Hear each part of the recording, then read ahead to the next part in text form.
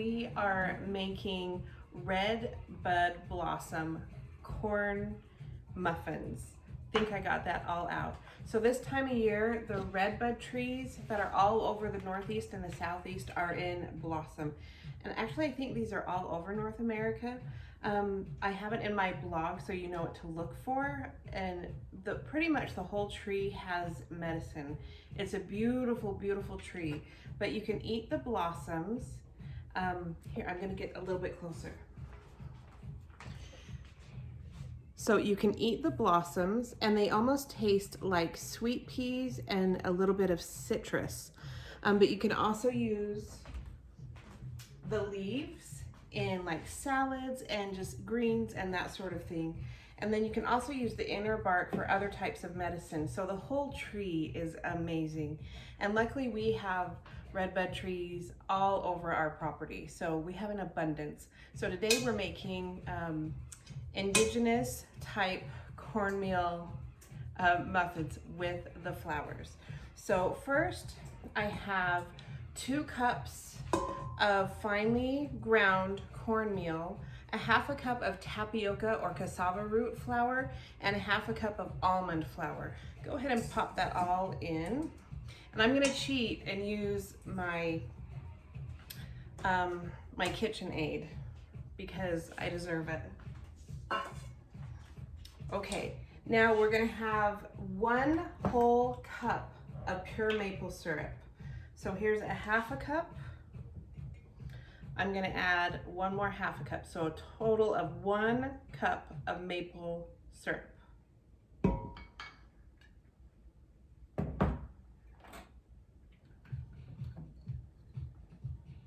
Okay.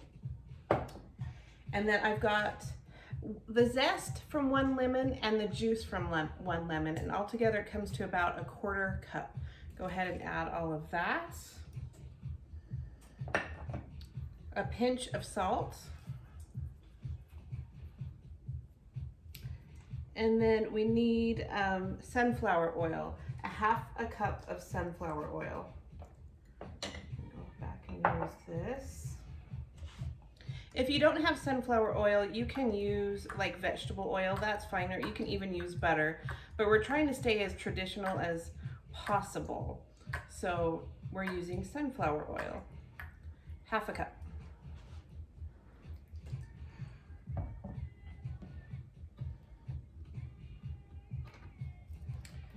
Okay.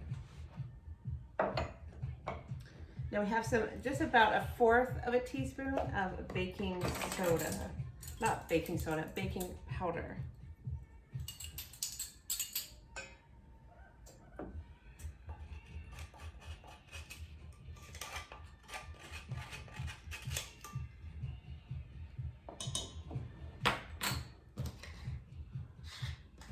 And actually, I think I'm gonna go ahead and add a 1/4 teaspoon, so 1/4 of a teaspoon of baking soda as well. So baking soda and baking powder, 1/4 teaspoon. I just kind of get like that. I start thinking, I'm like, it might be really good with that. That's why I kind of do these videos, because my recipes are always changing. And at least with a video, I can try to stay, my kids can see how to make stuff. So now traditionally we would use duck eggs, but I don't have ducks, but I have chickens. So I would say if you're using duck eggs, 2 to 3 duck eggs. If you're using like large eggs from the grocery store, probably 3 eggs.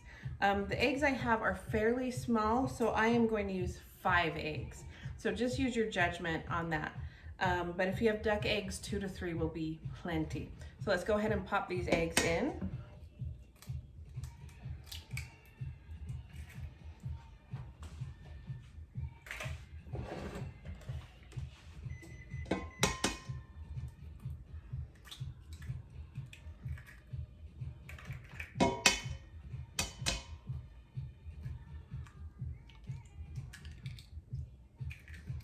And yes, my chickens lay beautiful eggs. They're like olive colored and blue and speckled and brown. I love having our own chickens. One more. Okay, that looks great. And I've preheated the ovens. Right now they're preheating to 375. So now I'm gonna go ahead and cheat and put this in my mixer and we're gonna mix it.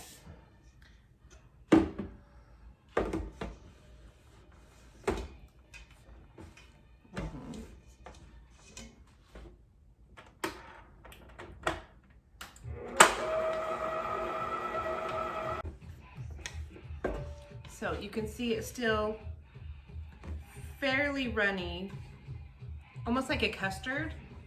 So now with your flowers that you've gathered, it can be the buds or the full blooms, rinse them. I only gather, well, we don't use pesticides or herbicides, so I would make sure that it's herbicide and pesticide free. But I reserve about, a half a cup to a cup. So we want about 2 cups of the flowers to go in. 2 to 3 cups, I would say. This is about 2.5 cups here.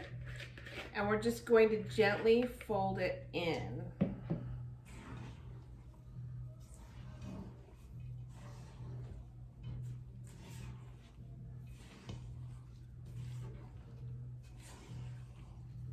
Yes.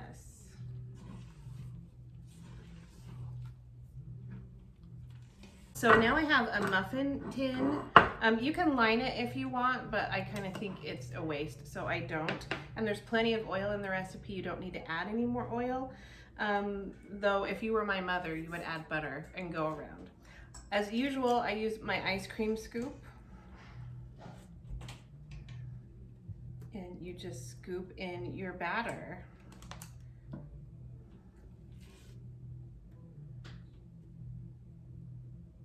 I love this time of year. I've been waiting for redbud season for so long.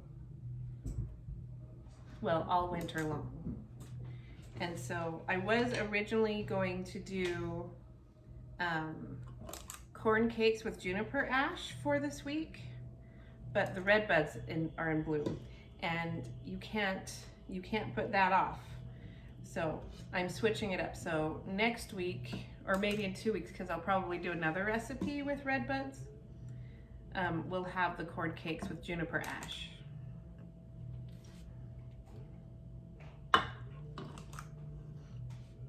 And then if you want to get kind of like super fancy with these, it's also really good to add some diced up sprigs of rosemary.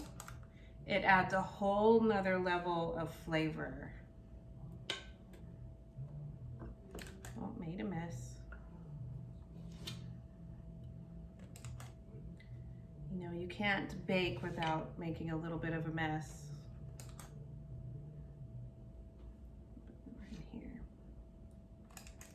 Okay, and we're gonna bake these in 370 degrees Fahrenheit oven for 20 to 30 minutes.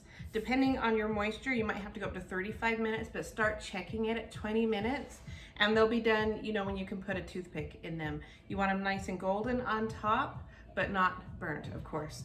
So I'll see you back here in about 30 minutes.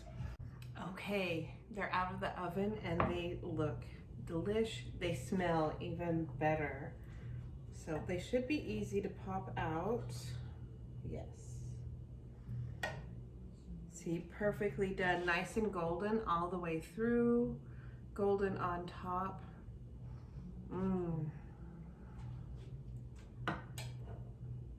I can't wait for you guys to try this. See, let's open one up so that you can see. Let me open it up in front of the camera. Oh yes, look at that. And the flowers are still pink and beautiful. Look at that. Put this on a plate. And then you can garnish with some flowers on top and around. It makes it look so beautiful. And then even some mint.